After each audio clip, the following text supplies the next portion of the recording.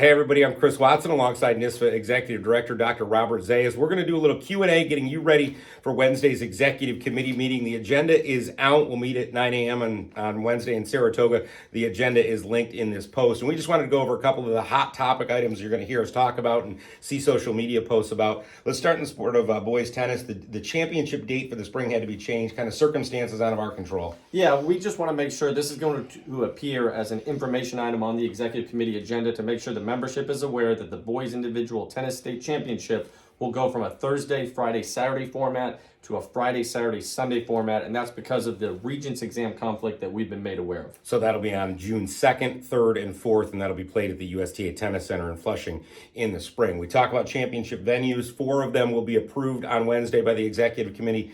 Girls tennis, field hockey, indoor track and field, and baseball. We talk a lot about the bid process. People always ask, how do you choose the places you go? Yeah, this is a real common question because people want to know how are a state championship event locations decided upon. We have a competitive bid process at the State High School Athletic Association where any venue in any section that wants to submit a bid, they can go ahead and submit that. It's based upon equity, transparency, and fairness, and this is a good example. 4 venues are up for bid, and that's the reason why they will be appearing on the Executive Committee agenda for approval. You can find those bids and proposals within the agenda. You can also follow us on social. On Wednesday, we'll tell you when the bids are approved and tell you where those sports are going, but obviously they're in the agenda already. Sport of Wrestling has 3 proposals related to weight management on the table. You can find them pages 75 through 77 in the agenda. Important in the sport to have their weight management process approved. Yeah, this always seems to be a theme in our executive or central committee meetings to be discussing wrestling weight management, but this is a good example of concerns being brought by coaches and then being examined by the wrestling committee and then being brought to the executive committee for approval. So that will appear. I believe we have 3 items on the agenda related to wrestling weight management, and the executive committee will be taking action upon those 3.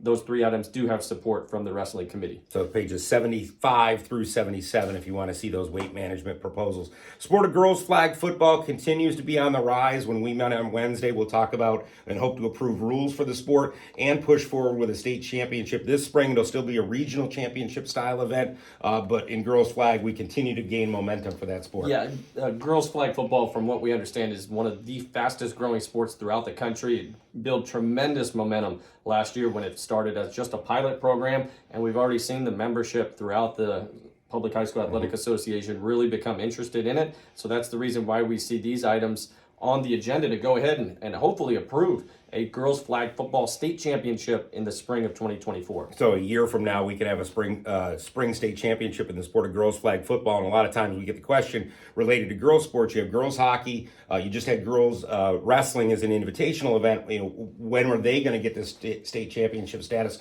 What's the comparison? Right? Yeah, I mean, we were at the Wrestling Girls Invitational on Friday, and that was probably the most widely asked question is when does girls wrestling achieve the status of state championships? And again, that's the reason why we see girls flag football on the agenda. We have a defined criteria in the association to go ahead and determine when a sport is considered to be an emerging sport, and then when a sport achieves championship status. And that criteria is to become an emerging sport, you have to have 4 sections with at least 4 schools participating to become emerging. And then in order to reach state championship status, we have to have 6 sections recognizing the sport with at least 4 schools participating in each one of those sections. So the momentum is always there. Continue to grow. Build the sport. Build it within your school. Get to the point of having a state championship. And, of course, we want to give a shout-out to the Wrestling Dual Meet Championships team, Star Point and Tioga, and all the 24 teams that were duals this past weekend. And the Girls Wrestling Invitational was just fantastic. A great event at the SRC. So congratulations to the young ladies who participated in that.